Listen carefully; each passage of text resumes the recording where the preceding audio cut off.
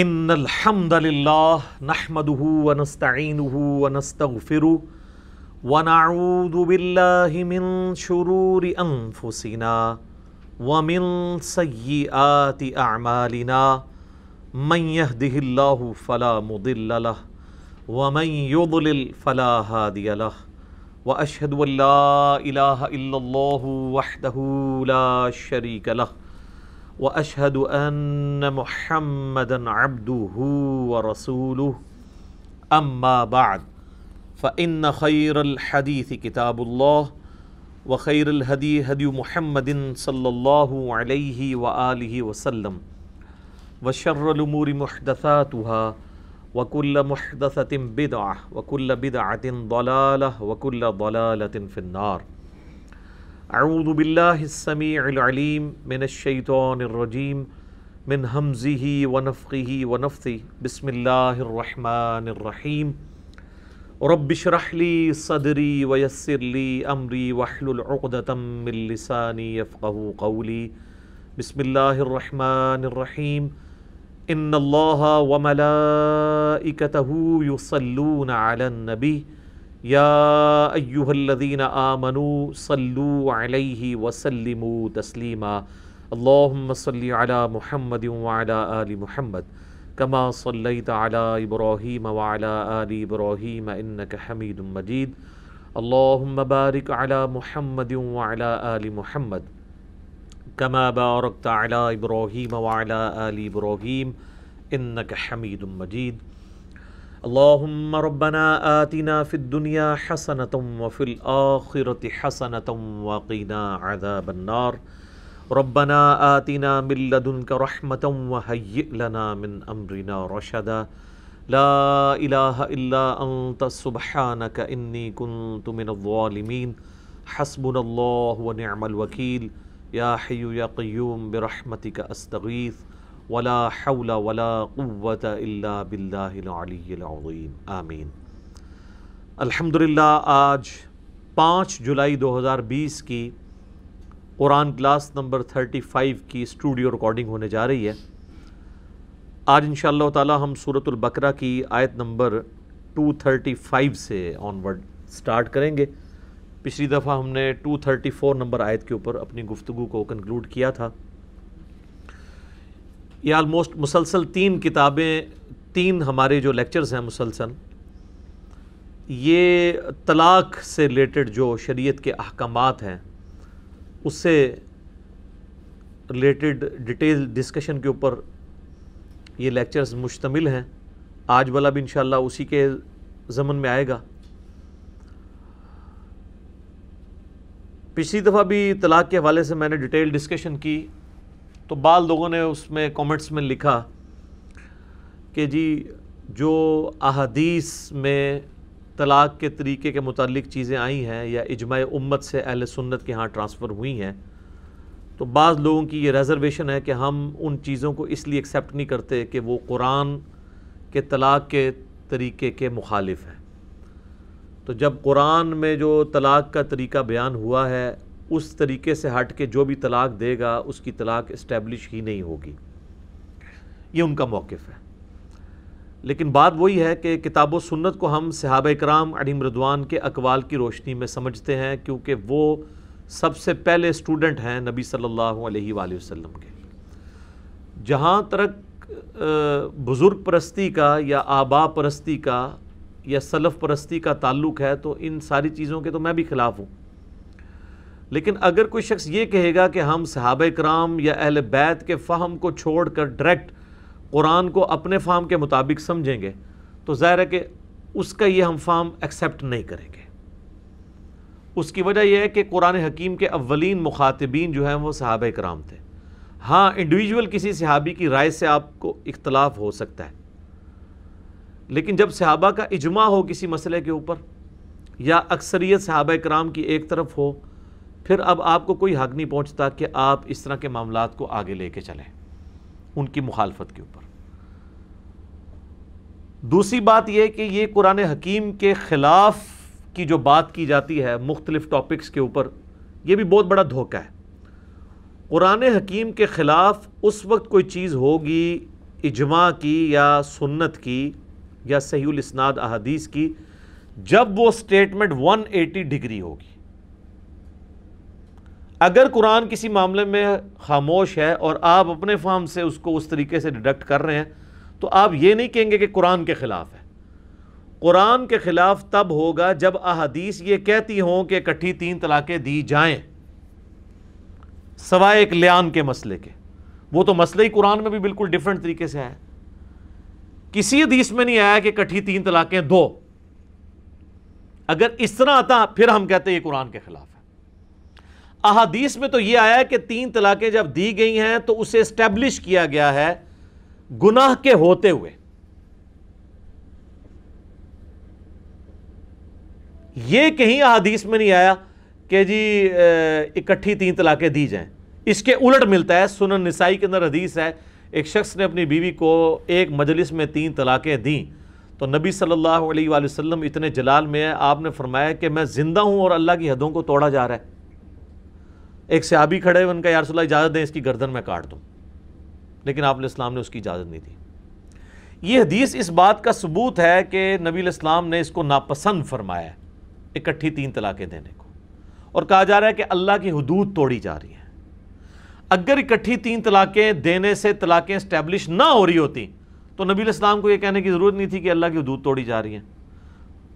آپ یہ فرما دیتے یہ ایک محمل جملہ, یہ اسٹیبلش ہی نہیں ہوا, کوئی حد ٹوٹی ہی نہیں ہے. حد ٹوٹنے کا مطلب یہ ہے کہ ایک چیز غلط طریقے سے ہو گئی ہے اور اسٹیبلش ہو گئی ہے. پھر مسلم شریف میں حدیث ہے کہ نبی علیہ السلام نے حالت حیض میں طلاق دینے سے منع فرمایا, اور ڈیٹیل ملتی ہے کہ عبداللہ بن عمر نے حالت حیض میں اپنی بیوی کو طلاق دی تو نبی علیہ السلام نے ان کو کہا کہ رجوع کرو. تو وہ پھر آگے وہ تابعی پوچھتا ہے کہ وہ ایک طلاق جو حیض کی حالت میں دینا حرام ہے, وہ جو دی تھی وہ اسٹیبلش ہو گئی تھی. انہوں نے کہا اس کو اسٹیبلش کیے بغیر تو چارہ نہیں تھا, اگرچہ ہوئی حرام طریقے سے, لیکن اس ایک طلاق کو جو ایک اختیار تھا مرد کا وہ اس نے یوز کر لیا, وہ اسٹیبلش ہو گئی. اسی طریقے سے عوام میں یہ بھی مشہور ہے کہ جی جو پریگننٹ عورت ہے, حاملہ, اس کو طلاق نہیں ہوتی. یہ بھی بالکل جھوٹ ہے, کسی آیت کسی حدیث میں نہیں ہے. یہ آپ کی فلموں میں فلما دیتے ہیں. تو فلموں میں تو کئی ایک چیزیں ہیں جو عقیدے بن جاتے ہیں لوگوں کے. چاہے عورت پریگننٹ ہے یا نہیں ہے, طلاق اس کو دیں گے وہ طلاق اسٹیبلش ہو جائے گی. تو یہ ان باتوں کو یہ کہنا کہ قرآن کے خلاف ہے, قرآن کے خلاف تب ہوں گی جب آپ 180 ڈگری قرآن سے دکھائیں گے. قرآن میں کس جگہ پہ لکھا ہے کہ کوئی اگر اکٹھی 3 طلاقیں دے تو طلاقیں نہیں ہوں گی؟ جب تک یہ سٹیٹمنٹ نہیں. قرآن اس حوالے سے خاموش ہے, جس طرح اس سے بڑے معاملات میں قرآن خاموش ہے. قرآن کہتا ہے جب جمعے کے لیے اذان دی جائے تو مسجد کی طرف جاؤ, لیکن بتاتے ہی نہیں ہے کہ اذان کے الفاظ کیا ہیں. اب کوئی اجتہاد کرے کہ نہیں جی وہ اذان کے الفاظ یہ ہوں گے کہ جی جمعے کا ٹائم ہو گیا آ جاؤ مسجد. اذان کہتے ہیں پکارنے کو, تو پکارا ہی نہیں الفاظ کے ساتھ جائے گا. وہ سنت ہمیں بتاتی ہے کہ اذان کے الفاظ ہیں جو نبی علیہ السلام نے تعلیم فرمایا امت کو. اسی طریقے سے قرآن حکیم میں نماز کی تاکید 700 مقامات پر آئی ہے, طریقہ ایک جگہ بھی نہیں آیا. آپ سے مشورہ کر کے قرآن نازل ہوتا تو ایک جگہ تاکید آتی, باقی 700 کی جگہ جو ہے وہ 15-20 آیات اس طرح کی ڈیٹیل نازل ہوتی جس میں نماز کا طریقہ آ جاتا تو اختلاف ہی ختم ہو جاتا. تو یہ یاد رکھیں کہ دین کے ماخذ بنیادی طور پر 2 ہیں, قرآن اور سنت. جو کہتا ہے نا کہ دین کا ماخذ صرف قرآن ہے سنت نہیں ہے, وہ کافر ہے.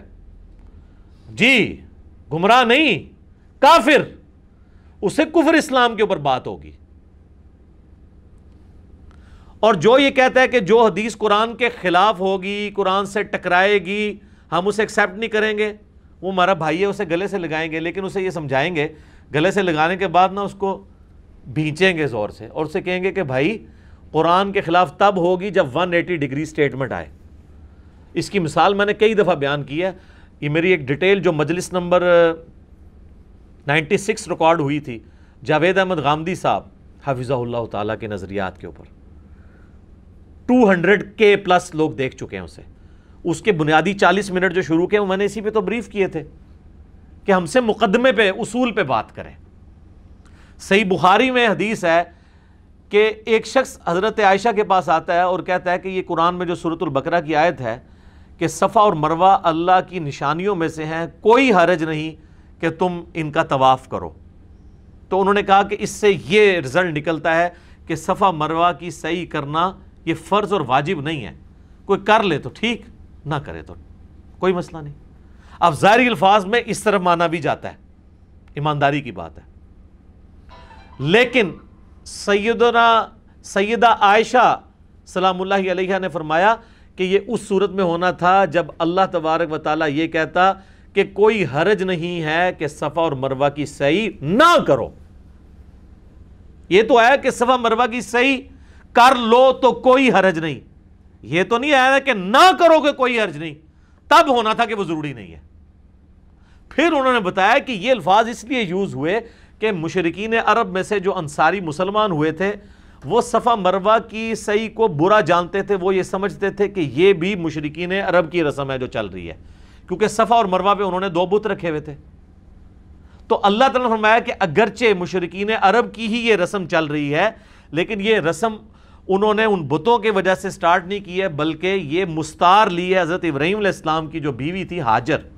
یہ ہاجرہ لفظ غلط ہے، ہاجر لفظ ہے، ہاجر. انہوں نے سعی کی تھی صفا اور مروہ کے درمیان، لہٰذا یہ سنت ابراہیمی چلتی آ رہی ہے. تو کوئی حرج نہیں تم کرو، یہ اپنے دل میں میل نہ لاؤ کہ یہ مشرکین عرب کی رسم ہے. اب اس کانٹیکسٹ میں اس آیت کو دیکھیں تو بالکل سیدہ عائشہ کی بات فٹ ان بیٹھتی ہے. اب یہ کہنا کہ جی کوئی حرج نہیں ہے، تو یہ جو احادیث میں صفا اور مروہ کی سعی کو واجب قرار دیا گیا ہے حج اور عمرے کے لیے، یہ حدیثیں ہی فراڈ ہیں. اور جو سنت سے سنی اور شیعہ کا اجماع چلتا آ رہا ہے اس مسئلے پہ، یہ سارا اجماع ہی فراڈ ہے. تو اپنی عقل کا علاج کروائیں.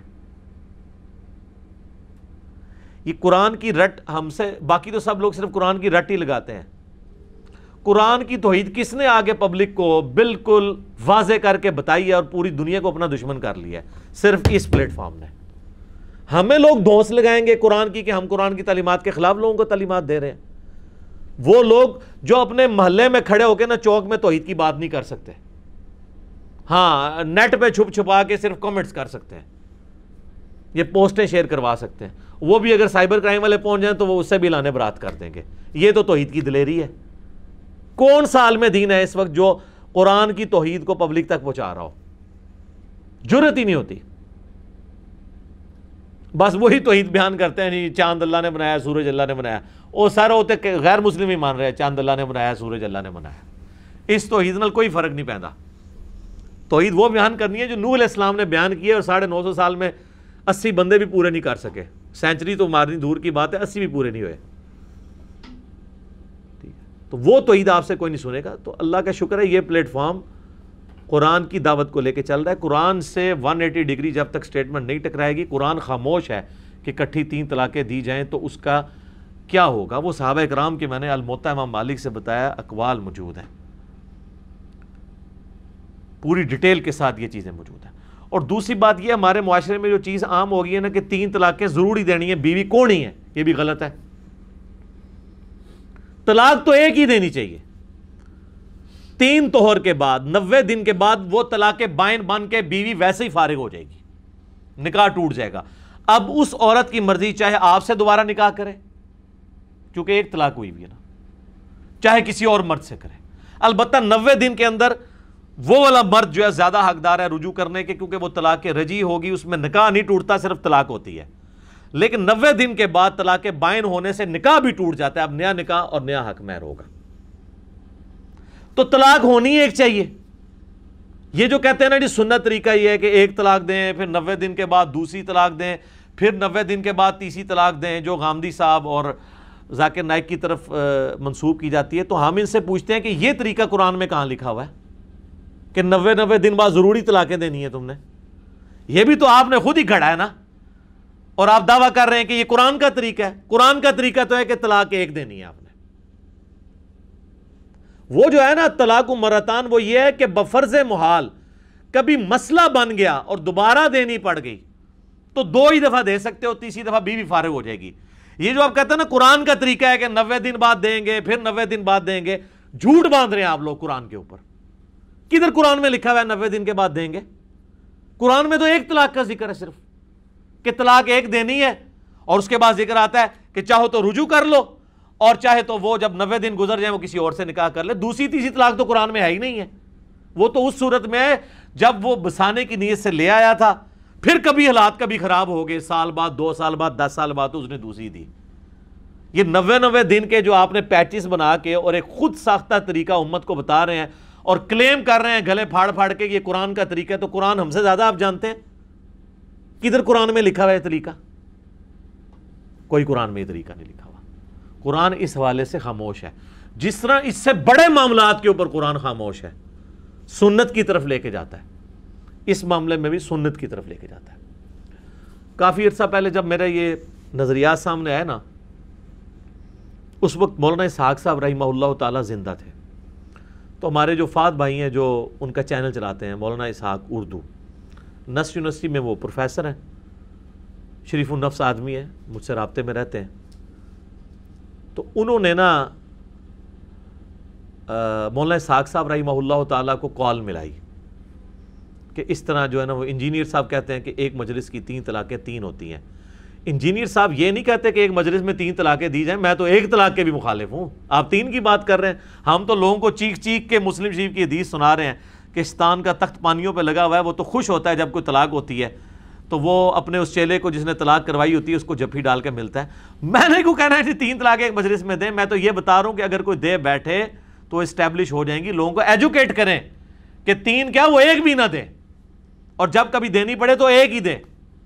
اور اگر پاکستان کے قانون کے شر سے بچنا ہو تو عورت خلا لے لے، کیونکہ مسند امام شافعی میں سیدنا عثمان غنی رضی اللہ تعالیٰ عنہ کا فتویٰ موجود ہے کہ اگر عورت خلا لے گی نا، اگرچہ خلا ایکویلنٹ ٹو 3 طلاق ہوتا ہے، یا 1 طلاق 90 دن گزر جائیں تو اس کے ایکویلنٹ ہوتا ہے، لیکن اس میں چونکہ مرد نے طلاق نہیں دی ہوتی، لہٰذا اسی مرد کے ساتھ دوبارہ شادی ہو سکتی ہے، حلالے اور حرامے کے بغیر ہی۔ وہ میں نے پچھلی دفعہ بریف کر دیا تھا حلالہ کیا اور حرامہ کیا۔ حلالہ بھی وہ ایک چھری بنائی ہوئی ہے، وہ تو حلالہ نیچرل ہو جائے تو ہو جائے، یہ جو پری پلان حلالہ ہے اس کو تو سنن ابن ماجہ میں لعنت کی گئی ہے۔ تو مولانا اسحاق صاحب کو انہوں نے کال ملائی کہ اس طرح جی انجینئر صاحب یہ کہتے ہیں جی کٹھی تھی۔ میں نے کبھی یہ نہیں کہا کہ کٹھی 3 طلاقیں دیں، میں تو آپ سے ایک ورژن آگے ہوں، آپ تو کہتے ہیں نا 90 دن کر کے کہیں، میں تو کہتا ہوں 2 ہی کوئی نہ، اور اگر 2 تو قرآن کے تحت 1 ہی دو، 90 دن کے بعد وہ ویسے ہی آزاد ہے، چاہے آپ سے شادی کرے چاہے کسی سے، کم از کم آپشن تو کھلا رہے۔ تو آپ کے بزرگوں نے، آپ کے علماء نے، آپ کے بھی سو کالڈ قرآن کی دعوت دینے والوں نے آپ کو قرآن کے طلاق کا طریقہ بھی غلط بتایا ہے۔ قرآن کی طلاق کا طریقہ تو ہم آپ کو بتا رہے ہیں کہ یہ ہے، آپ کو کس نے کہہ دیا 90 دن کے بعد دو؟ وہ بھی غلط ہے۔ طلاق تو 1 ہی دینی ہے اگر ضرورت پڑے، 90 دن بعد وہ ویسے ہی عورت آزاد ہے۔ ویسے بھی اس نے جو اپنا خلا کا وہ اس کا جو عدت کا پیریڈ ہے وہ تو 90 دن گزارنا ہی ہے، چاہے کسی نے حرام کام کرتے ہوئے کٹھی 3 دی ہیں چاہے 1 دی ہیں، 90 دن تو اس نے گزارنے ہیں، اس سے پہلے تو وہ شادی کر بھی نہیں سکتی، لہٰذا 1 ہی دیں، 90 دن بعد وہ آزاد ہے۔ ہاں، جو عورت خلا لے گی تو وہ ابو داؤد ترمذی ابن ماجہ میں موجود ہے کہ اس کی جو عدت ہے نا وہ 1 مہینہ ہے، بشرطے کہ وہ پریگنٹ نہ ہو۔ پریگنٹ کی قرآن میں آیا کہ وضع حمل، اولاد پیدا ہونے کے بعد اس کی عدت ختم ہوگی، چاہے وہ 6 مہینے لگ جائیں، چاہے وہ 9 مہینے لگ جائیں، چاہے 1 دن لگے، اور اگر وہ متعلقہ ہے تب بھی اور بیوہ ہے تو تب بھی، سوگ بھی ختم ہو جائے گا 4 مہینے 10 دن والا۔ یہ اللہ نے پریگنٹ عورت کو نا ایک ایج دی ہے کہ کیونکہ اس کے گھر اب خوشی آئی ہے نا، تو اب سوگ کی کوئی تک نہیں بنتا، کیونکہ اللہ نے اس سے بڑی خوشی اسے دے دی ہے، تو سوگ اس کا ختم، اب جو بیوہ نے کرنا تھا وہ بھی ختم۔ تو قرآن کی روح سے یہ باتیں کرنا غلط ہے۔ وہ مولانا اسحاق صاحب کو فات بھائی نے کال ملائی اور کہا جی وہ علی بھائی کہتے ہیں کٹھی 3 ہو جاتی ہیں، اور وہ کہتے ہیں یہ صحابہ کا اجماع ہے، اور وہ کہتے ہیں یہ جو حدیث ہے مسلم شریف کی کہ نبی علیہ السلام کے زمانے میں 3 ایک تصور کی جاتی تھی، پھر حضرت ابوبکر کے زمانے میں، پھر حضرت عمر کے بھی ابتدائی چند سالوں میں، پھر حضرت عمر نے اس کو اسٹیبلش کیا کہ 3 کٹھی دی جائیں گی تو 3 ہی میں شمار کروں گا، مسلم شریف کی حدیث۔ تو پہلی بات یہ ہے کہ یہ تو حدیث آپ لوگوں کے بھی خلاف جاتی ہے۔ آپ لوگ کہتے ہیں کہ قرآن کے خلاف ہم نہیں باتیں مانیں گے، تو سیدنا عمر نے کیا قرآن کے خلاف یہ ڈیسیژن دیا تھا؟ یہ ہمیں پیش کرتے ہیں نا کہ حضرت عمر نے 3 طلاقیں اکٹھی کروائی ہیں، تو پیش کہاں سے کر رہے ہیں؟ مسلم شریف سے۔ تو پھر اگر اس حدیث کو آپ صحیح مانتے ہیں تو اس کا مطلب ہے کہ اس امت میں قرآن کے احکامات کو پہلے توڑنے والے تو آپ سیدنا عمر پہ تہمت لگا رہے ہیں کہ انہوں نے یہ کام جو توڑا ہے، تو یہ مجھے کیوں کہہ رہے ہیں کہ میں نے طریقہ بدل دیا اور میں لوگوں کو بتا رہا ہوں؟ آپ یہ حدیث ہمیں پیش کرتے ہیں نا، تو حدیث کو پھر آپ خود بھی ٹھیک مانیں نا، اور آپ کے حضرت عمر نے پہلی دفعہ قرآن کے طلاق کا طریقہ بدلا، قرآن میں طریقہ اور تھا، حضرت عمر نے اپنا بنا دیا، کڈی بڑی پھکی ہے، اے اتو ہی لبدی ہے۔ اس کو کہتے ہیں تھنک آؤٹ آف باکس۔ وہی بات جو آپ دلیل کے طور پہ پیش کر رہے ہوتے ہیں وہ آپ کو پتہ ہی نہیں ہے کہ آپ ہمارے اوپر وہ تھوڑی مارنا چاہ رہے ہیں اور آپ کے اوپر وہ توپ کا گولا بن کے گر رہی ہے۔ اور جیسا تو ہم پتہ ہے جڑے سمجھدار فوجی ہوتے ہیں نا، وہ گرنیڈ پھاڑ کے نا واپس اڑ دیتے ہیں۔ میرے اللہ کو گرنیڈ سٹے، میں وہ بھی واپس سٹاں گا، نال جڑا نا تبرکن تو اور بھی چونگے سٹاں گا واپس۔ یہ حدیث انہوں پیش کرتے ہو۔ اس کی میں نے پوری ایکسپلینیشن کی تھی کہ یہ حدیث جو ہے اس پہ امام نسائی نے باب باندھا ہے کہ اس عورت کے لیے جس کے ساتھ مرد نے صحبت نہ کی ہو۔ وہ تو ہم بھی مانتے ہیں کہ جس عورت کے ساتھ مرد نے صحبت نہ کی ہو وہ غیر مدخولہ اسے کہا جاتا ہے۔ اس کو ایک وقت میں جب آپ 3 طلاقیں دیں گے وہ ایک سے ہی فارغ ہو جائے گی، اس کو 3 کی ضرورت نہیں، پھر اس کے ساتھ نیا نکاح ہو سکتا ہے۔ لیکن شادی شدہ عورت جس کی رخصتی ہو چکی ہے، جس سے مرد نے صحبت کی ہے، اس کے ساتھ اگر یہ کام کریں گے تو پھر سر اب وہ اس کی طرف آپ رجوع نہیں کر سکتے اگر کٹھی 3 طلاقیں دے دی ہیں۔ تو مولانا ساق صاحب کہتے ہیں کہ ہاں یہ علی کی بات صحیح ہے۔ وہ فون کال انہوں نے میرے خلاف چڑھائی ہوئی ہے، اس فون کال کی ایک ایک بات مولانا ساق صاحب نے اگرچہ میرے خلاف کی ہے لیکن وہ خود ان کے موقف کے خلاف جاتی ہے۔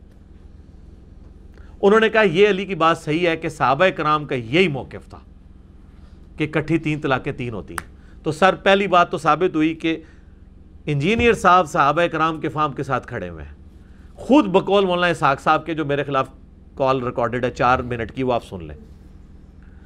دوسرا انہوں نے کہا علی کی یہ بات بھی صحیح ہے کہ عبداللہ ابن عباس جن کے اوپر یہ پورا اہل حدیث کا مسئلہ کھڑا ہے وہ خود بھی ایک وقت کی 3 طلاقوں کو 3 مانتے تھے۔ ان کے تو فتوے ہیں مصنف ابن ابی شیبہ میں، سنن الکبریٰ البیہقی میں، اور شیخ زبیر صاحب نے طلاق کے چیپٹر میں وہ جو ایک مجلس میں جو 3 طلاقیں اکٹھی ہو جاتی ہیں، وہ ایک بندہ آتا ہے عبداللہ ابن عباس کے پاس کہ میں نے 100 طلاقیں دی ہیں، تو انہوں نے کہا 3 طلاقوں کی وجہ سے تو تیری بیوی ہمیشہ کے لیے حرام ہوگی، 97 طلاقیں تو نے اللہ کے ساتھ مذاق کی ہیں۔ ابن عباس تو خود فتویٰ دیتے تھے کہ ایک مجلس کی 3 طلاقیں 3 ہوتی ہیں، لہٰذا ابن عباس کی حدیث مسلم شریف سے پیش کرنا کہ حضرت عمر پہلا شخص ہے جس نے اکٹھی 3 طلاقیں کروائی ہیں، وہ انہوں نے کروائی تھی غیر مدخولہ کے لیے۔ انہوں نے کہا کہ ہم اب اس کے لیے بھی اس کو اسٹیبلش کر دیں گے، اب لوگوں کا یہ عذر نہیں قبول کریں گے، یہ علیحدہ سے ایک ٹاپک ہے۔ تو وہ مولانا ساق صاحب کہتے ہیں کہ وہ ابن عباس بھی دیتے تھے۔ لو جی، ایک ابن عباس پہ ہی آپ کھڑے تھے اور اس کی بھی ایک روایت کے اوپر جو مسلم شریف کے اندر ہے، اور اس کا فہم بھی آپ اس طریقے سے بیان کرتے تھے، اور جب ہم کہتے تھے کہ ابن عباس تو خود اس کے خلاف چلتے ہیں جو اپنی روایت بیان، اگر راوی حدیث اپنی روایت کے خلاف چل رہا ہو تو اس کا کیا مطلب ہے کہ وہ اس روایت کو کس درجے میں لیتا ہے؟ اس کا فہم وہی لیتا ہے جو ہم لیتے ہیں، کہ ان کو عبداللہ ابن عباس کو پتا تھا یہ غیر مدخولہ کے لیے جس کے ساتھ مرد نے صحبت نہ کی ہو۔ تو مولانا ساق صاحب کہتے ہیں وہ ابن عباس واقعی نا فتویٰ وہی دیتے تھے جو حضرت عمر کا ہے، وہ فتنے کے ڈر کی وجہ سے فتویٰ، یہ انہوں نے مولانا ساق نے تعویل کی۔ اس میں پھر میں نے ان کو علمی طور پہ جواب دوں گا ان کے شاگردوں کو کہ ابن عباس تو وہ بندہ ہے جو تو ڈرتا ہی نہیں تھا بڑے سے بڑے سخت حکمران سے بھی۔ خود مولانا اسحاق صاحب بتاتے ہیں کہ جی جو ہم بھی بیان کرتے ہیں کہ سنن نسائی میں حدیث ہے کہ وہی عبداللہ ابن عباس عرفات میں باہر نکلتے ہیں اور تلبیہ کی آواز نہیں سنتے، تو وہ کہتے ہیں میں تلبیہ کی آواز نہیں سن رہا، تو بتایا جاتا ہے لوگ حضرت معاویہ کے ڈر کی وجہ سے تلبیہ کہنا چھوڑ گئے، چونکہ حضرت علی اونچی آواز میں تلبیہ کہتے تھے، انہوں نے سنت جاری کی تھی، حضرت معاویہ اس کے الٹ چل رہے تھے۔ تو انہوں نے فرمایا کہ سنن الکبریٰ البیہقی میں بھی اس کی پوری ڈیٹیل موجود ہے، انہوں نے کہا ان پر اللہ کی لعنت ہو، معاویہ کی ناک خاک آلود ہو، انہوں نے بغض علی میں رسول اللہ کی سنت کو چھوڑ دیا۔ رسول اللہ اونچی آواز میں لبیک کہتے تھے، پھر ابن عباس نے وہاں لبیک اللہم لبیک اونچی آواز میں کہا۔ یار حضرت معاویہ کا جو دور ملوکیت تھا، جتنی سختیاں اس کے اندر تھیں، حضرت عمر میں تو پھر بھی سنت کی بات سن کے ٹالنس آ جاتی تھی۔ ابن عباس تو وہ دلیر بندہ ہے جو حضرت معاویہ کے اگینسٹ کھڑا ہو گیا۔ اس کے بارے میں کہنا کہ حضرت عمر کے دور میں وہ حضرت عمر کی عزت کرتے ہوئے خاموشی اختیار کر لیتے تھے. اور یہ وہی ابن عباس ہے جس کے بارے میں مسند احمد میں آتا ہے حج تمتع پہ جب حضرت عمر نے پابندی لگائی اور لوگ آ کے جو وہ بات کرتے ہیں تو حضرت ابن عباس ہی کہتے ہیں قریب آسمان سے پتھر برس پڑے کہ میں تمہیں رسول اللہ کی حدیثیں سناتا ہوں اور تم کہتے ہو کہ عمر نے حج تمتع پابندی لگائی، رسول اللہ نے حج تمتع کیا ہے. یہ وہ ابن عباس ہیں، وہ تو لحاظ ہی نہیں کرتے تھے کس کا. لہٰذا ان کی بات کہنا کہ انہوں نے تقیتاً حضرت عمر کے دور میں 3 کو 3 کہا تھا، بعد میں تو کوئی ملتا ہی نہیں ہے. ان کے تو فتاوے جو موجود ہیں ان میں تو یہی ملتا ہے کہ وہ اسٹیبلش کرتے تھے. ہاں اہل تشیع کے ہاں یہ رائے پائی جاتی ہے. ہم کوئی مطلب تنگ نظر نہیں ہے کہ ہم کہیں کہ یہ رائے نہیں پائی جاتی. میرا دعویٰ ہے کہ اہل سنت کے ہاں یہ اتفاقی مسئلہ چلتا آ رہا ہے. اہل سنت میں یہ ابن تیمیہ سے پہلے کسی نے اس مسئلے کو اس طریقے سے جو ہے نا وہ کھڑا نہیں کیا، اور ابن تیمیہ کے بعد بھی اہل حدیث میں سارے لوگ اس کے قائل نہیں ہیں. شیخ زبیر علی صاحب نہیں قائل تھے، بلکہ وہ مجھے کہتے تھے کہ علی بھائی آج کے اہل حدیث کا ایک مسئلہ ایسا ہے جو میں کہتا ہوں اجماع صحابہ اور اجماع امت اور اہل سنت کے خلاف ہے. اجماع کے یہ لفظ بولا کرتے تھے، اور وہ طلاق کا مسئلہ ہے. میرے 1 to 100 کوسچنز میں جب میں نے آخر میں مجھے پتا تھا یہ جواب نہیں دیتے ہیں کیونکہ وہ پورا ایک مسلک کھڑا ہوا ہے نا، تو میں نے اس سوال کے سٹارٹ میں کہا تھا آپ کی مرضی جواب دیں یا نہ دیں. تو میں نے کہا 3 طلاق کا مسئلہ بتائیں، تو وہ اس پہ کھڑے ہو گئے تھے. اگر وہ اہل حدیث والا مسئلہ بیان کرنا ہوتا انہوں نے تو کر دیتے، ہمیں پتا تھا وہ جواب نہیں دیں گے. لیکن ریٹن میں مشکات کی پہلی جلد میں طلاق والے چیپٹر میں آپ جا کے دیکھ لیں. تو جو لوگ یہ سمجھتے ہیں کہ ہم معاذ اللہ قرآن کے خلاف چل رہے ہیں تو ایسا نہیں ہے. قرآن کے خلاف چلانے کے لیے آپ کو قرآن میں 180 ڈگری سٹیٹمنٹ دکھانی پڑے گی. ادروائز کوئی شخص اپنی مرضی سے اجتہاد کرتا ہے، نہیں جی قرآن میں چونکہ یہ آیا ہے، اب چونکہ یہ آ گیا تو قرآن کے بالکل خلاف ہو گیا. ایسے نہیں ہوتا. یہ جو لوگ گمراہ ہوئے ہیں اوائل اسلام میں فرقے، قرآن پاک کی آیات کو مولڈ کر کے، جبریہ اور قدریہ. آپ کیا سمجھتے ہیں جبریہ اور قدریہ حدیثیں پیش کرتے تھے؟ قرآن کی آیات ہی لیتے تھے. جبریہ وہ جن آیات میں آتا ہے کہ تم کیا چاہو گے، جو چاہے گا وہ اللہ ہی چاہے گا، اللہ جسے چاہے ہدایت دے دے، جسے چاہے گمراہ کر دے. جبریہ کہتے تھے دیکھو یہ آیات واضح ہیں کہ انسان کوشش سے کچھ نہیں کر سکتا، جس کو اللہ نے دوزخ کے لیے پیدا کیا ہے وہ اللہ ہی اسے خود گمراہ کرے گا. قدریہ جو ہیں وہ دوسری طرف آتے تھے، وہ کہتے تھے قرآن میں آیت ہے وَالَّذِينَ جَاهَدُوا فِينَا لَنَهْدِيَنَّهُمْ سُبُلَنَا، جو لوگ ہماری راہ میں کوشش کریں گے ہم انہیں راہ دکھائیں گے. وہ کہتے تھے کہ دیکھیں یہ کوشش آپ کی اپنی ہے، اللہ نے کچھ نہیں کرنا، اللہ نے تو بعد میں جو کچھ کرنا ہے. لیکن وہ پھر اتنا غلو اس میں کرتے تھے کہ وہ تقدیر کو بھی سائڈ پہ نکال دیتے تھے. جبکہ اہل سنت کا موقف درمیان میں ہے کہ نہ ٹوٹلی انسان کے اختیار میں اللہ نے چیز چھوڑی ہوئی ہے اور نہ ٹوٹلی جبر کیا ہے انسان کے اوپر. جبر کہتے ہیں یہ زبردستی کرنا، جبریہ اسی سے نکلے ہیں. وہ کہتے ہیں ہم پہ اللہ نے جبر کیا ہے، معاذ اللہ ہمیں دوزخ یا جنت کے لیے زبردستی پیدا کر دی ہے اور اسکروٹنی کر دی ہے. اور قدریہ جو ہیں وہ تقدیر کے منکر ہو گئے، وہ دوسری طرف چلے گئے کہ نہیں بھی اللہ نے بنا کے دنیا چھوڑ دی ہے، وہ جس طرف دنیا کی مرضی ہوگی اس طرف لے کے چلیں گے. یہ دونوں ایکسٹریمز تھے. لہٰذا یہ میں نے دیکھیں آلموسٹ اس پہ آدھا گھنٹہ میں نے لگا دیا صرف اس لیے کہ پچھلی دفعہ بال لوگوں کے کومنٹس آئے تھے. میں چاہ رہا ہوں کہ میں اس کو اپنی زندگی میں اس حوالے سے، ویسے تو میں نے کئی ایک ویڈیوز ریکارڈ کروا دی ہیں، تعصب کی اینک اتار کے دیکھیں. آپ ضرور یہ موقف اڈاپٹ کر سکتے ہیں کہ جی میرے نزدیک یہ موقف اس طرح نہیں اس طرح ہے. ہمیں کوئی دھونس نہ لگائے کہ ہم قرآن کے خلاف چل رہے ہیں. قرآن کے حق میں آواز بلند کرنا اور اپنی لائف کو سٹیک پہ لگانا، کروڑوں لوگوں کی دشمنیاں مول لینا اس پلیٹ فارم سے ہو رہا ہے. لہٰذا یہاں کوئی نہ سمجھے کہ ہم قرآن کے خلاف کوئی بات ایکسیپٹ کر لیں گے. طلاق کا تو مسئلہ ہی بہت چھوٹا ہے. مجھے کیا تھا، میں طلاق میں بھی مخالفت لے سکتا ہوں. آج جو لوگ شرک کے اوپر چل رہے ہیں آپ ان کو کہیں گے طلاق کا مسئلہ زیادہ آپ کو چبھتا ہے یا چبھے گا اگر میں وہ والا موقف اڈاپٹ کروں، یا یہ جو انجینئر صاحب آپ کے بابوں کے ساتھ جو کچھ کرتے ہیں ان کی تعلیمات کے ساتھ یہ چبھتا ہے. تو وہ کہیں گے جی وہ سارے موقف ہی اڈاپٹ کر لیں ہمارے مخالفت کے، صرف ہمارے بابوں کو کہنا چھوڑ دیں تو ہم اس کے ساتھ کھڑے ہیں. مجھے کئی علماء ہیں، مفتیاں ہیں، فون کرتے ہیں جی انجینئر صاحب بہت بڑا کام کر رہے ہیں جی، آپ اہل بیت کا دفاع تو کسی نے آج تک ویسا کیا ہی نہیں جو آپ کر رہے ہیں، بس صرف بابوں پہ ہاتھ ہلا رکھیں. بھی بابوں پہ ہاتھ ہلا کیسے رکھ لیں؟ جب ہم اہل بیت کے دفاع کے لیے کھڑے ہیں تو ہم اللہ کے دفاع کے لیے نہ کھڑے ہوں، توحید کے دفاع کے لیے نہ کھڑے ہوں؟ اہل بیت سے ہماری عقیدت کیا اس وجہ سے ہے کہ وہ اہل بیت کو اللہ نے مرتبہ دیا ہوا ہے، یا اس وجہ سے کہ ان کی نسبت اللہ اور اس کے رسول کے ساتھ ہے؟ ہمیں کسی کے ساتھ کیا ہمدردی ہو سکتی ہے؟ دیکھیں، انسان کی محبت صرف خونی رشتے کے ساتھ ہوتی ہے جو نیچرل ہے، باقی ساری محبتیں آپ نے ارن کرنی ہے۔ نبی علیہ السلام کے ساتھ بھی ہماری جو محبت ہے وہ ہم نے ارن کی ہوئی ہے، بچپن سے ہمارے دماغ میں ڈالا گیا۔ ادروائز آج ایک نیو مسلم آتا ہے، اس کو نبی علیہ السلام کی محبت ارن کرنی پڑے گی۔ صحابہ کو اس لیے ارن کرنی نہیں پڑتی تھی کہ وہ حضور کی صحبت کر لیتے تھے، آپ کی شخصیت سے متاثر ہوتے تھے، آہستہ آہستہ آپ کے دل میں، ان کے دل میں حضور کے لیے محبت آ جاتی تھی۔ آج نبی علیہ السلام کی آپ کس طرح کسی کے دل میں محبت ڈالیں گے؟ تعلیمات کی روشنی میں آہستہ کرتے کرتے وہ ارن کرے گا۔ لیکن ماں باپ کی محبت، بیوی بچوں کی محبت آپ کو ارن نہیں کرنی پڑتی، بلکہ آپ کے اندر جبلی طور پہ اللہ نے رکھی ہوئی ہے۔ تو اہل بیت کی محبت ہمارے اندر جبلی نہیں ہے، ہم نے ارن کی ہے۔ صحابہ کی محبت ہم نے ارن کی ہے، رسول اللہ کی محبت ہم نے ارن کی ہے۔ تو جو محبتیں ہم نے ارن کی ہوئی ہیں وہ محبتیں ہم نے اللہ کی وجہ سے ارن کی ہیں۔ جبلت میں جو ہماری محبت ہے وہ ہماری گاڈ کے ساتھ ہے، جو کریٹر ہے ہمارا، وہ ہمارے اندر وہ محبت موجود ہے۔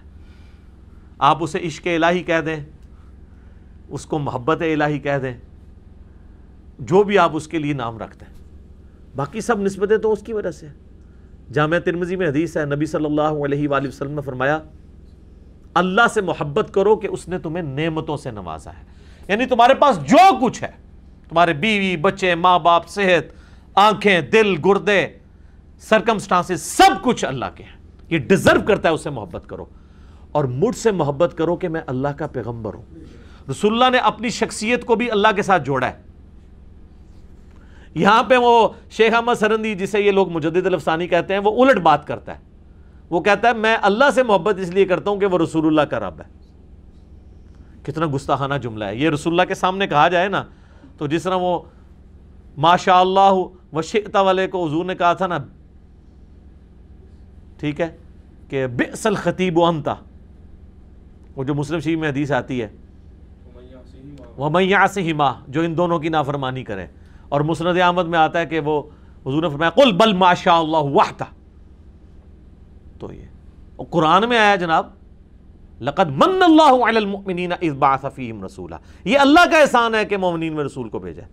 اللہ نے تو یہ کہا نہیں ہے کہ یہ رسول اللہ کا احسان ہے کہ اس نے تمہیں اللہ کا تعارف کروایا۔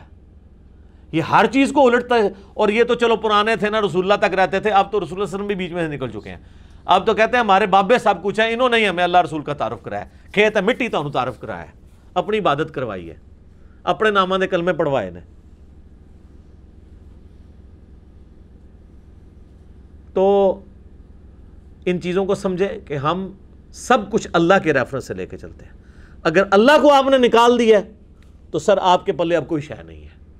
کوئی رشتہ، چاہے روحانی رشتہ ہو، چاہے جسمانی رشتہ ہو، چاہے دودھ کا رشتہ ہو، چاہے نسب کا رشتہ، اس کی زیرو اہمیت ہے۔ ہم بھی اپنے ماں باپ کے ساتھ وہی سلوک کر رہے ہوتے جو آج گوروں نے ان کو اولڈ ایج ہاؤسز میں رکھا ہوا ہے، اگر ہمیں شریعت کی پابندی نہ ہوتی۔ وہ کہتے ہیں دیکھیں جی ہمارے ماں باپ نے تو اپنی جوانی عیاشی سے گزاری ہے، تو ہمیں حق نہیں ہے کہ ہم اپنی جوانی عیاشی سے گزاریں کہ ان کو پالیں ادھر بیٹھ کے۔ لاجیکلی وہ بات بالکل درست ہے، بچپن میں ہی تھوڑا عرصہ پالا ہے نا، اس کے بعد جب جوانی ہوتی ہے تو وہ اپنی عیاشی کر رہے ہوتے ہیں اور اولاد ہو جاتی ہے۔ وہ کہتے ہیں اب ہماری عیاشی کرنے کا موقع ہے تو ہم ان کو 20 30 40 سال بابوں کو، ادھر تو بابے پھر بھی جلدی جان چھوڑ دیتے ہیں، ادھر تو آپ کو پتہ ہے 80 90 تک تو سارے ہی جاتے ہیں۔ وہ کہتے ہیں اب ہم 20 سال کے ہوئے ہیں تو 60 سال اب ان کو پالیں، انہوں نے تو ہمیں 20 سال نہیں پالا تو ان کو ہم 60 سال سنبھالیں۔ لاجیکلی تو بالکل ٹھیک کر رہے ہیں۔ ہاں اللہ کے ریفرنس سے دیکھا جائے تو اللہ نے قرآن حکیم میں کم از کم 4 مقامات پہ توحید کے بعد سب سے پہلا حق ماں باپ کا کہا ہے، تو یہ تو اللہ کا منہ ہمیں مارتا ہے۔ ادروائز تو کوئی شخص بھی کسی کے ساتھ جو ہے وہ خیر خواہی والا معاملہ نہ کرے۔ یہ سب کچھ لوگ جو ہے نا وہ 2 نمبری کر رہے ہوتے ہیں یہ لو میرجز میں بھی آپ دے رہے ہوتے ہیں جی جان دے دوں گا جی یہ کر دوں گا وہ کروں گا، بعد میں آپ دیکھتے ہیں کتے کی طرح ایک دوسرے کو پڑھ رہے ہوتے ہیں، طلاقیں ہو جاتی ہیں، 80% سے زیادہ ناکام ہو جاتی ہیں. تو وہ محبت نہیں ہوتی ہے، وہ بیسیکلی شہوت ہوتی ہے جس کو انہوں نے ایک پاکیزہ محبت کا نام دیا ہوتا ہے.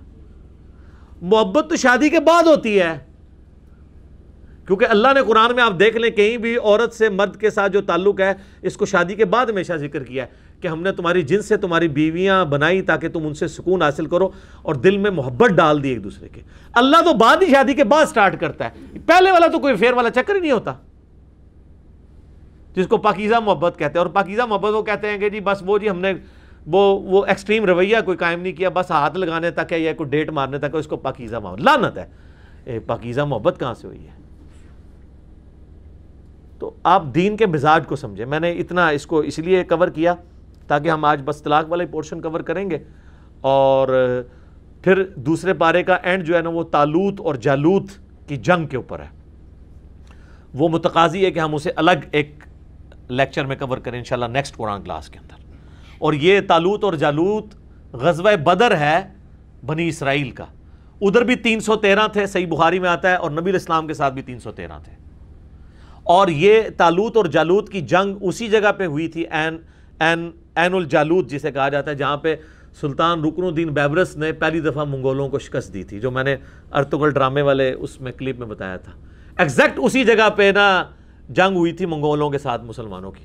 اور پھر کئی ہزار سال کے بعد پھر وہ ہسٹری ریپیٹ ہوئی تھی کہ اللہ تعالیٰ نے مسلمانوں کو فتح دی تھی. تو اب جلدی جلدی ان آیات کو کور کر دیتے ہیں. سورۃ البقرہ آیت نمبر 235. اعوذ باللہ من الشیطان الرجیم، بسم اللہ الرحمن الرحیم. ولا جناح علیکم فیما عرضتم بہ من خطبۃ النساء، اور کوئی گناہ نہیں تم پر اس بات میں کہ اشارے سے پیغام نکاح پہنچا دو ان عورتوں کی طرف، یعنی جو عورتیں مطلقہ ہیں یا بیوہ ہو چکی ہیں.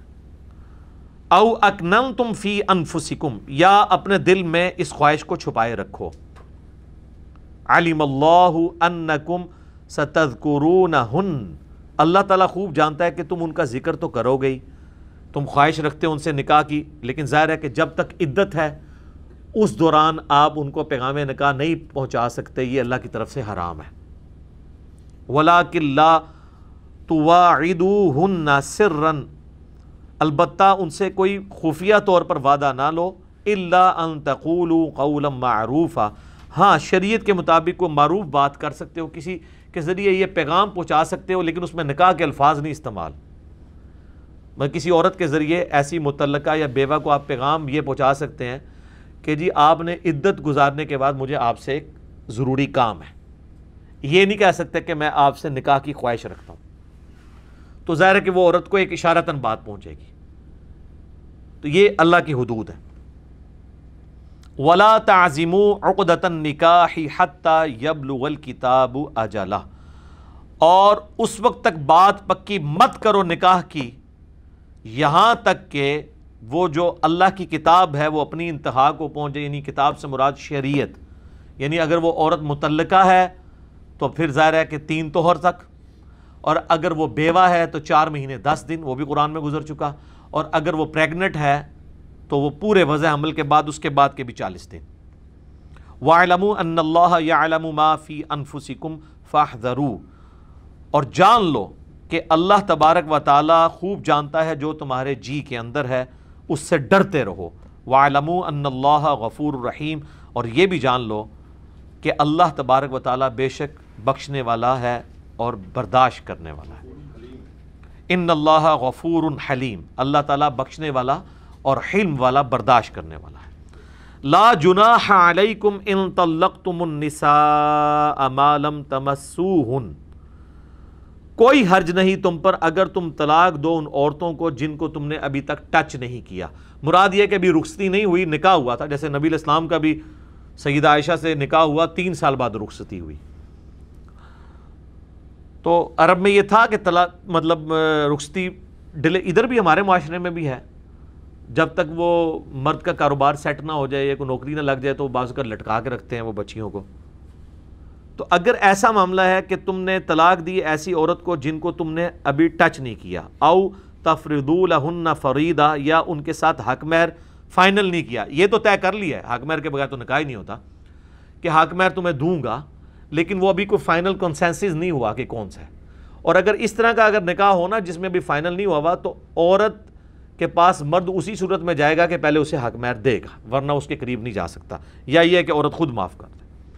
وَمَتِّعُوهُنْ، اور انہیں خرچہ دو، عَلَى الْمُوسِعِ قَدَرُهُ وَعَلَى الْمُقْتِرِ قَدَرُهُ، وسعت والا اپنی حیثیت کے مطابق اس کو جیب خرچ دے. یعنی جب آپ نے نکاح کر لیا نا تو اس دوران آپ بیوی کو جیب خرچ دیں، کیونکہ وہ آپ کی بیوی تو ہے. لیکن اگر وہ ڈیمانڈ نہیں کرنا چاہتی ہے، وہ بھی فی الحال ماں باپ کے گھر ہے، وہ علیحدہ معاملہ ہے، وہ خود چھوڑ دے، علیحدہ معاملہ ہے، لیکن بہتر ہے کہ اس کو یہ دیا جائے. لیکن وہ کہا گیا کہ وسعت والا امیر آدمی اپنی حیثیت کے مطابق دے گا، غریب آدمی اپنی حیثیت کے مطابق. میں نے پچھلی دفعہ بھی ڈسکس کیا تھا، وہ طلاق ہو جاتی ہے تو وہ جا کے کورٹ میں کیسز کرتے ہیں، اور وہ مطلب وہ اس کو بھی پتہ ہے کہ یار یہ اس مرد کی تنخواہ اتنی ہے نہیں ہے، وہاں جا کے کہتے ہیں 40,000 روپے مہینے کا خرچہ لگا دو. تو 40,000 تو اس بیچارے کی ٹوٹل تنخواہ ہوتی ہے. تو جب تم شادی کر رہی تھی تو اس وقت تم نے یہ مطلب اس وقت تو جیب خرچ 10,000 تھا تمہارا، اور اب طلاق لے لیا تو اب اس سے صرف ایک بچے کے عوض 40,000 روپے مانگ رہی ہو، تو یہ بھی زیادتی ہے.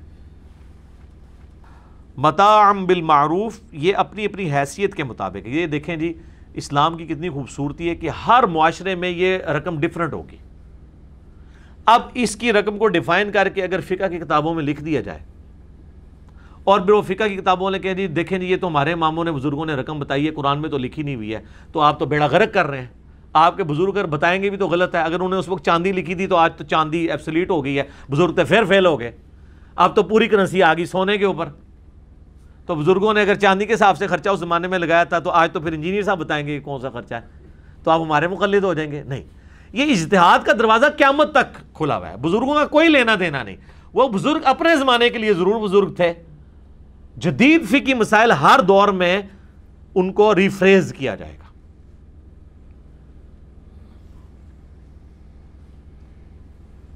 حقا علی المحسنین، یہ حق ہے، یہ فرض ہے نیکوکاروں کے اوپر کہ وہ یہ کام کریں.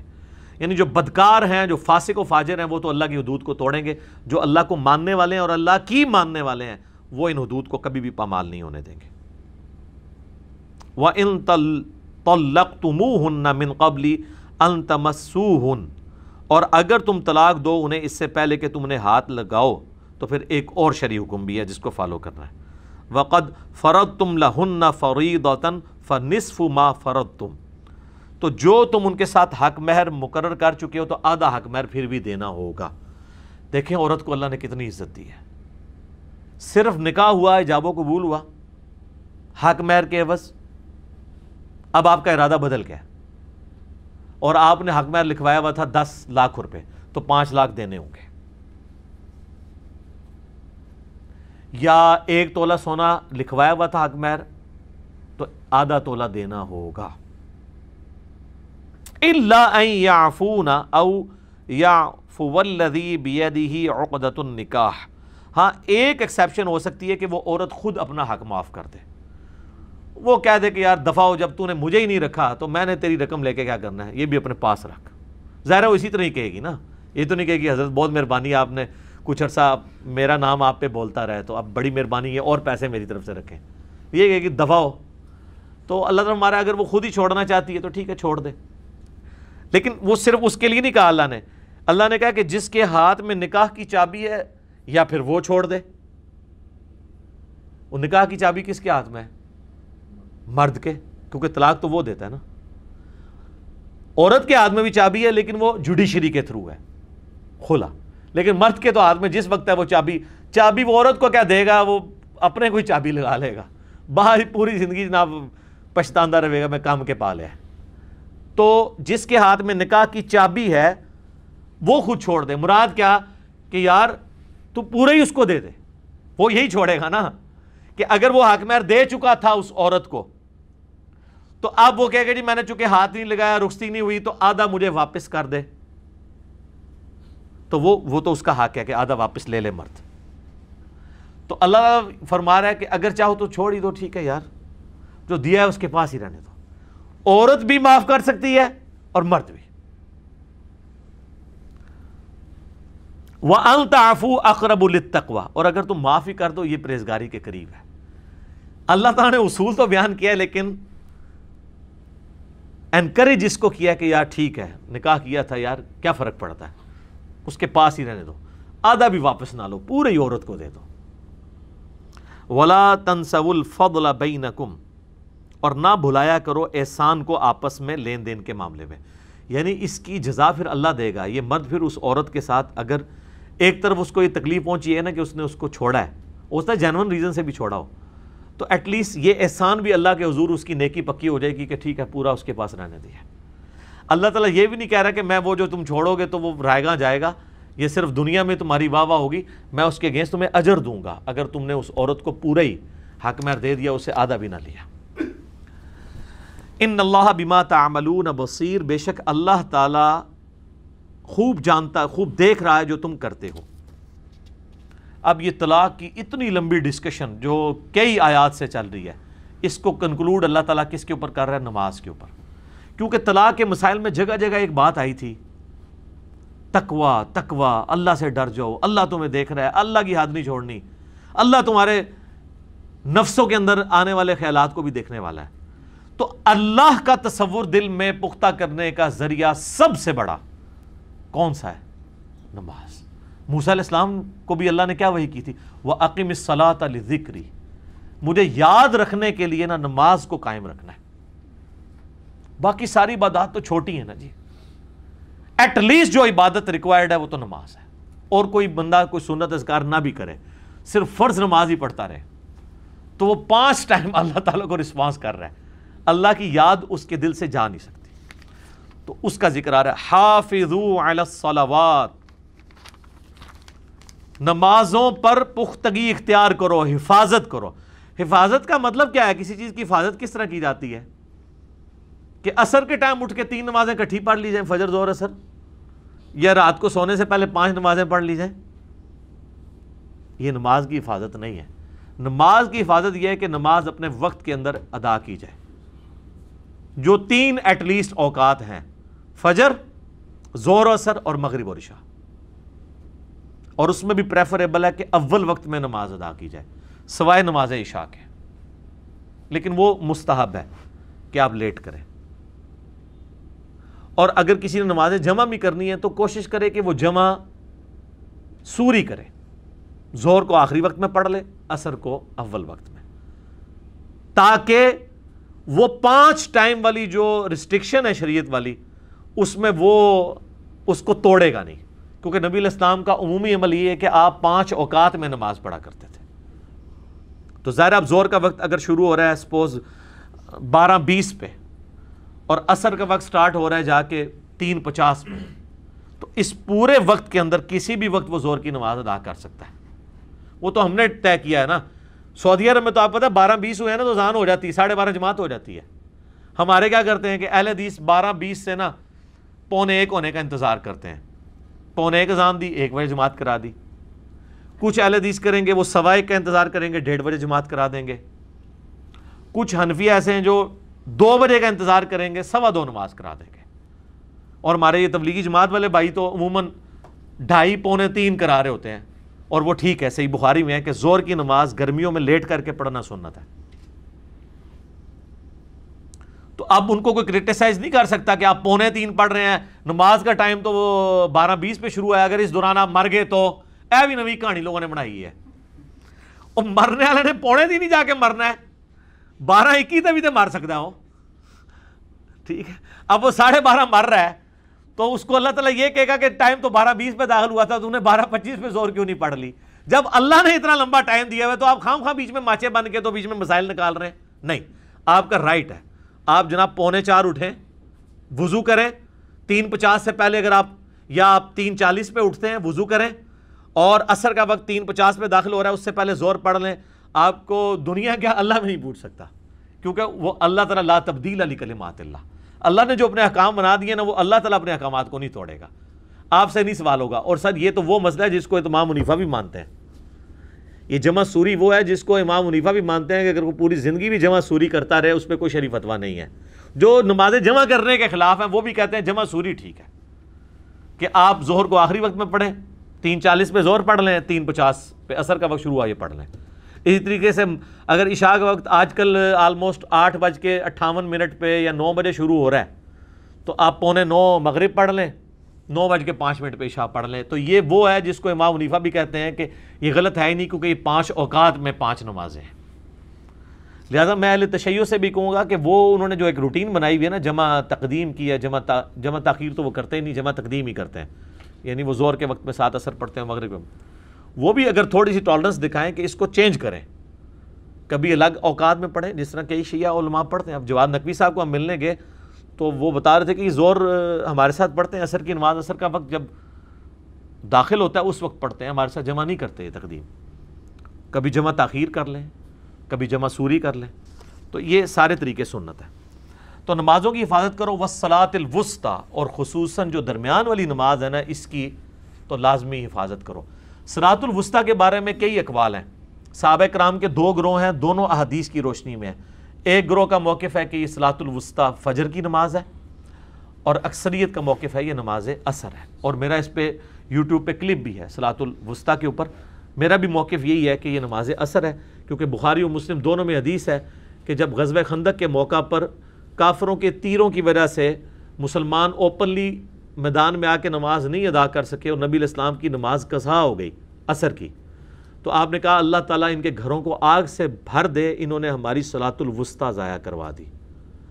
تو یہ حدیث مرفوع بخاری مسلم کی اس پہ گواہ ہے، اس لیے حافظ ابن کثیر نے تفسیر ابن کثیر میں نا ساری احادیث نقل کر کے انہوں نے کہا اینڈ پہ یہی موقف مضبوط رکھتا ہے کہ نبی علیہ السلام نے جو بخاری مسلم میں آیا نا کہ صلاۃ الوسطیٰ کہا ہے نماز عصر کو، کیونکہ کاروبار زندگی پیک پہ ہوتا ہے، یا اگر لوگ دن کے وقت آرام کر رہے ہوں تو پھر عصر کی نماز پڑھنا تردد ہے، ظہر پڑھ کے تو بندہ سو جائے کھانا کھا کے، عصر کے لیے اٹھنا ایک تردد ہے۔ باقی فجر کی نماز اور عشاء کی نماز کی تو لادہ سے جو بخاری مسلم میں ہے کہ منافقین پہ یہ باری ہیں، وہ تو اتنی سخت وعیدیں ہیں۔ ہر نماز کی اپنی اہمیت ہے جی، اس میں آپ ذہن میں رکھیں۔ اور جو تھم رول یہی ہے کہ دنیا میں آپ کے لیے جو کام سب سے مشکل ہے نا، آپ کے لیے وہ سب سے زیادہ اجر کا باعث ہے۔ اب گاؤں میں رہنے والے جو لوگ ہیں ان کے لیے آپ اگر پوچھیں، ان کے لیے فجر کوئی مسئلہ ہی نہیں ہے، کیونکہ انہوں نے صبح اٹھ کے وہ بھینسوں کا دودھ دونا ہوتا ہے، باقی مسئلے ان کو عشاء کی نماز مشکل لگتی ہے، مغرب کے بعد ان کو نیند آنا شروع ہو جاتی ہے، ہمیں بسترا ملے اور ہم جا کے لیٹ جائیں۔ ہم سے اگر آپ پوچھیں جنہوں نے دن کو جاگنا ہوتا ہے، ہم تو کہتے ہیں جی عصر کی نماز بڑی آسان ہے، ٹھیک ہے جی، ہم رات کو لیٹ سوتے ہیں، ہمارے لیے فجر کے وقت اٹھنا زیادہ تردد ہوتا ہے، خصوصاً گرمیوں میں۔ تو اس لیے ہر نماز کی اہمیت اپنی جگہ ہے، یہ ذہن میں رکھیے گا۔ وَقُومُوا لِلَّهِ قَانِتِينَ، اور اللہ کے لیے عاجزی کرتے رہو، اللہ کے سامنے عاجزی کے ساتھ کھڑے ہو، اور نماز اس کا ایک پریکٹیکل نمونہ ہے کہ اللہ کے سامنے آپ عاجزی کے ساتھ کھڑے ہوتے ہیں۔ ایک تو اس کے سامنے کھڑے ہوتے ہیں، اور دوسرا پھر اس کی حمد کے بول بولتے ہیں اور اس سے دعا مانگتے ہیں اور اپنی گناہوں کی مغفرت چاہتے ہیں۔ فَإِنْ خِفْتُمْ فَرِجَالًا أَوْ رُكْبَانًا، پھر اگر تمہیں ڈر ہو دشمن وغیرہ کا، چاہے تم پیادہ ہو یا سواری پر ہو، تو ظاہر ہے کہ اس وقت تو پھر نماز اس طرح خشوع سے تو نہیں ادا کر سکو گے۔ فَإِذَا أَمِنْتُمْ، پھر جب تم امن کی حالت میں پہنچ جاؤ، فَاذْكُرُوا اللَّهَ كَمَا عَلَّمَكُمْ مَا لَمْ تَكُونُوا تَعْلَمُونَ، پھر اللہ کا ذکر کرو جس طرح کہ اس نے تمہیں سکھایا ہے جو تم نہیں جانتے تھے۔ یعنی نماز تو تم نے نماز خوف جنگ کی حالت میں پڑھ لی، تیزی سے سفر میں تھے تیزی سے پڑھ لی، دشمن کا خوف تھا، لیکن بعد میں جب اپنے گھر پہنچے سکون ہوا، تو اب جو سنت اذکار ہیں یا باقی جو صبح و شام کے اذکار دعائیں ہیں، سبحان اللہ والحمد للہ ولا الہ الا اللہ واللہ اکبر، یا سبحان اللہ وبحمدہ سبحان اللہ العظیم، یا لا الہ الا اللہ وحدہ لا شریک لہ لہ الملک ولہ الحمد وہو علی کل شیء قدیر، تو یہ اذکار جو ہے نا، یہ پروٹوکول کے ساتھ اس کو تم خوش و خضوع سے کر لیا کرو۔ تو یہ اذکار دیکھیں کتنے امپورٹنٹ ہیں کہ آپ کی نمازوں کی جو کمی ہے نا خوش و خضوع کی، وہ اس سے پوری ہو رہی ہے۔ اس لیے تسبیحات فاطمہ ہر نماز کے بعد نبی علیہ السلام نے تعلیم فرمائی ہے، کیونکہ اس میں تو سارے بہترین کلمات ہیں، سبحان اللہ، الحمدللہ، اللہ اکبر، اور اینڈ پہ لا الہ الا اللہ بھی آ گیا 100 کا عدد پورا کرنے کے لیے۔ جو بخاری مسلم میں حدیث ہے کہ جو ہر فرض نماز کے بعد 33 دفعہ سبحان اللہ، 33 دفعہ الحمدللہ اور 34 دفعہ اللہ اکبر پڑھ لے گا، یا 33 دفعہ اللہ اکبر پڑھے اور 34ویں مرتبہ لا الہ الا اللہ وحدہ لا شریک لہ لہ الملک و لہ الحمد وہو علی کل شیء قدیر پڑھے تو اللہ تعالیٰ اس کے سارے گناہ معاف فرما دے گا اگرچہ سمندر کی جھاگ کے برابر ہوں. اور دوسری بخاری مسلم کی حدیث میں کہ جو یہ پڑھے گا وہ کبھی بھی محروم نہیں لوٹایا جائے گا جو یہ اذکار کر لے. اسے ہم تسبیح فاطمہ کہتے ہیں کیونکہ نبی علیہ السلام نے رات کو سونے سے پہلے بخاری مسلم میں آتا ہے سیدہ فاطمہ کو یہ تعلیم کی تھی جب وہ غلام مانگنے کے لیے گئی تھی. تو اس پہ میرا الگ سے ایک کلپ ہے ماشاءاللہ آلموسٹ 3 لاکھ کے قریب لوگ دیکھ چکے ہیں. اس کا عنوان یہ ہے سب سے بہترین وظیفہ. اس روئے ارض پہ نفلی اذکار میں اس سے بہتر کوئی وظیفہ نہیں ہے. سبحان اللہ، الحمدللہ، اللہ اکبر اور لا الہ الا اللہ، یہ 4 کلمات. تو میں نے ڈیٹیل کے ساتھ اس کے اوپر ڈسکشن کی تھی. اب یہ ٹاپک کنکلوڈ ہو رہا ہے.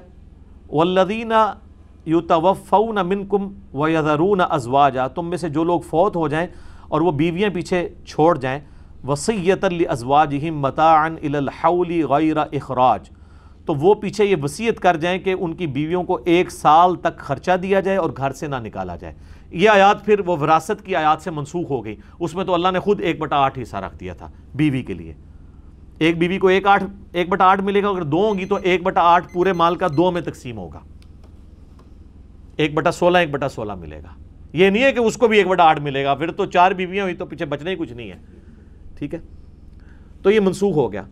تو عورت کو آپ طلاق کے بعد بھی 1 سال تک خرچہ دیں گے. یہ اس صورت میں تھا جب اللہ نے وہ رکھا نہیں تھا، وہ والا معاملہ.